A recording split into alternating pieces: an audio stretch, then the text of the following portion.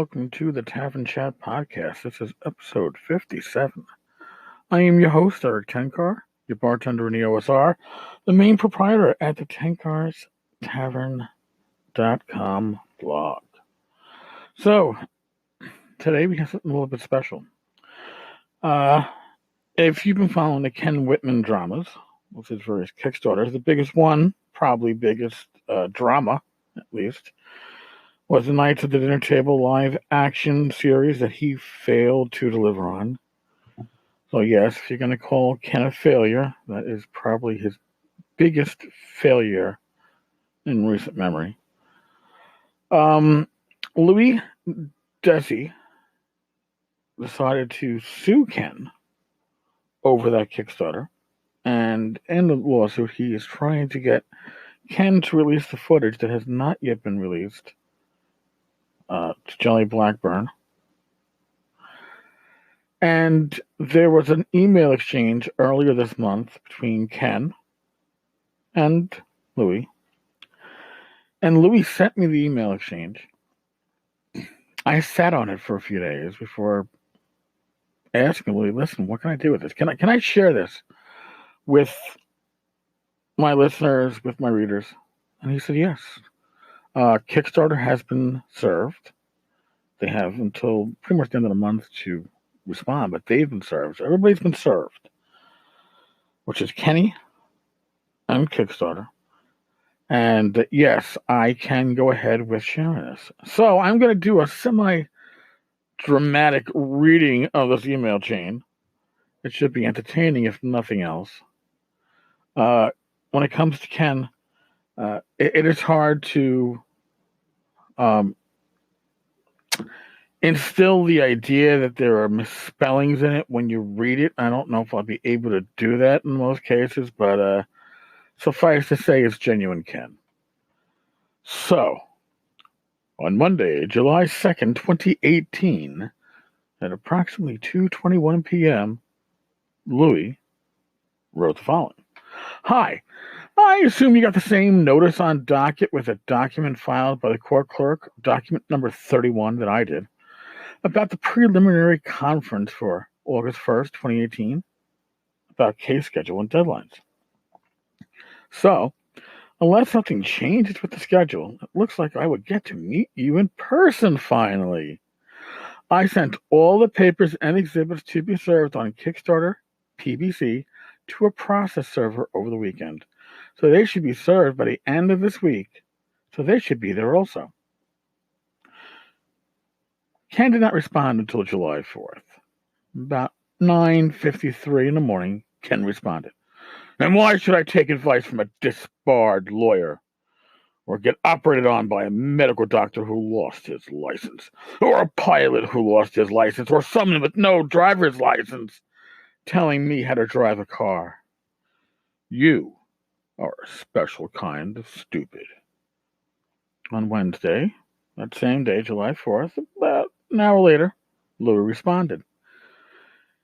If you did any research on the rules of civil procedure or how to conduct a lawsuit, you would have easily come across that in the rules of civil procedure for the court, and normally most people would have looked them up to ensure they were following the proper format and what they needed to be put into an answer. I even told you what to look for in filing your answer, and you chose to ignore it anyway. As a side note, so if I don't want you to do something, I just have to recommend it to you, and you will not do it? Now, it is true. I was not doing this to be completely altruistic. Part of my motivation on telling you that anything that would be considered an affirmative defense on an issue in the case needed to be put in as part of the answer or considered waived, and so that months from now you couldn't try to claim that you didn't know that and wanted time to amend or revise your answer.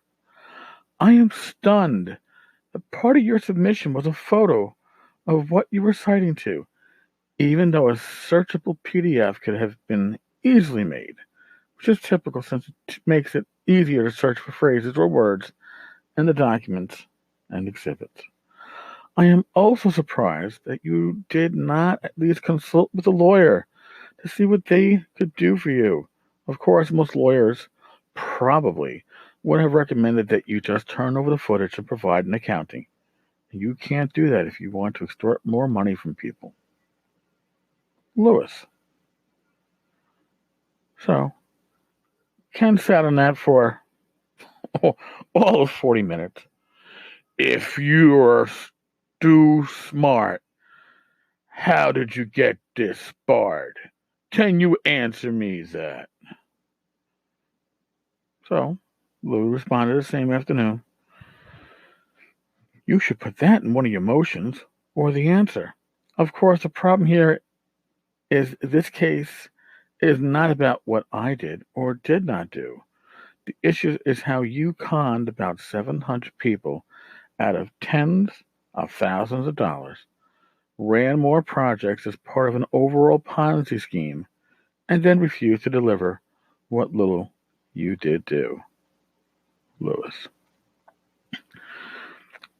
Ken took about 2.5 hours to figure out how he was going to respond. And which he did. Con means never doing any work. I spent every bit of money on the show, and you know it. You can ask Jolly. Even he know I spent that money on his project. Proving me inept would be easy, because I was in over my head. Proving I'm a crook who intentionally took money gonna be a stretch for anyone except disbarred lawyers with a white knight complex. And if you think for one moment that bringing up your history followed by harassment charge won't weigh on a judge's decision, then you truly are rather dumb. I can't wait to see more posts about me online, once again proving I can't even make a living to finish my Kickstarters because of harassment like this. Make my job easy. Happy 4th, Ken. Louie. Same afternoon. It was a very exciting July 4th, apparently. I have no proof of what you spent the money on because you refuse to provide any accounting. The only logical reason you refuse to provide a complete accounting as required under the Kickstarter terms is because you spent the money on other things, yourself and or other projects, as part of the Ponzi scheme that you ran and continued after you fled Kentucky. You can't finish the Kickstarters because you refuse to work on them. As one small example, you could turn over all the footage. That would cost nothing, and you are obligated to do so. But you refuse to do so until the court orders you to do it. And even then, I think you will continue to try to refuse to follow a valid court order. About 6:30, Ken.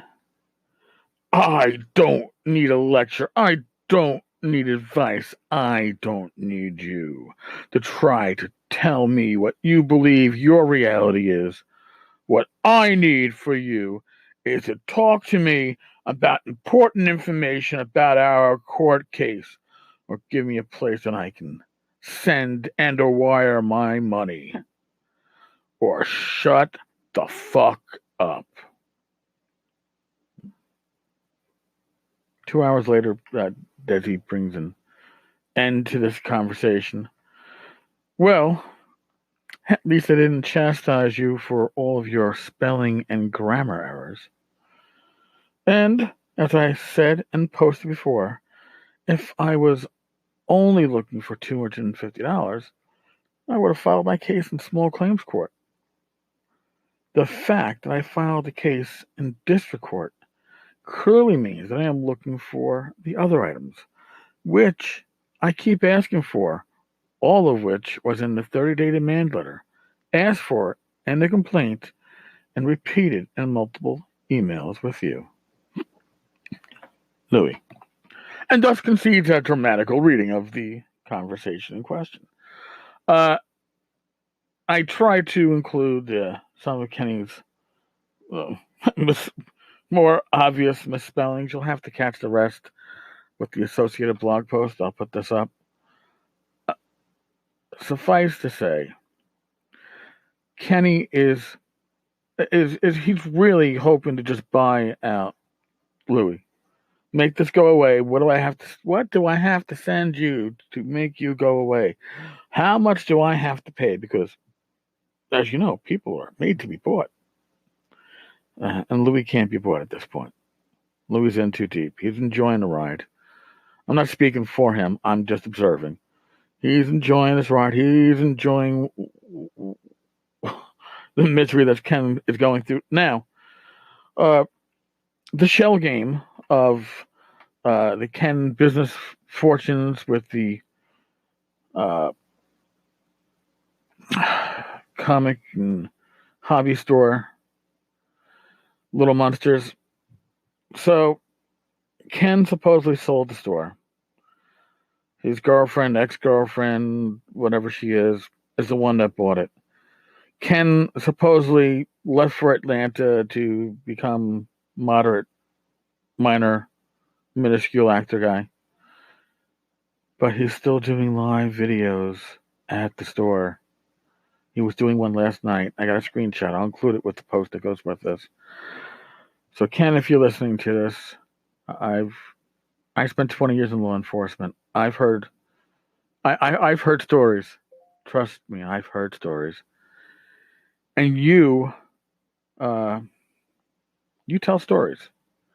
You can't be consistent with them. You can't keep your facts straight, and you certainly don't know how to support it with things like, I don't know, not showing up on Facebook at the store you supposedly left on a consistent basis, selling shit on live feeds.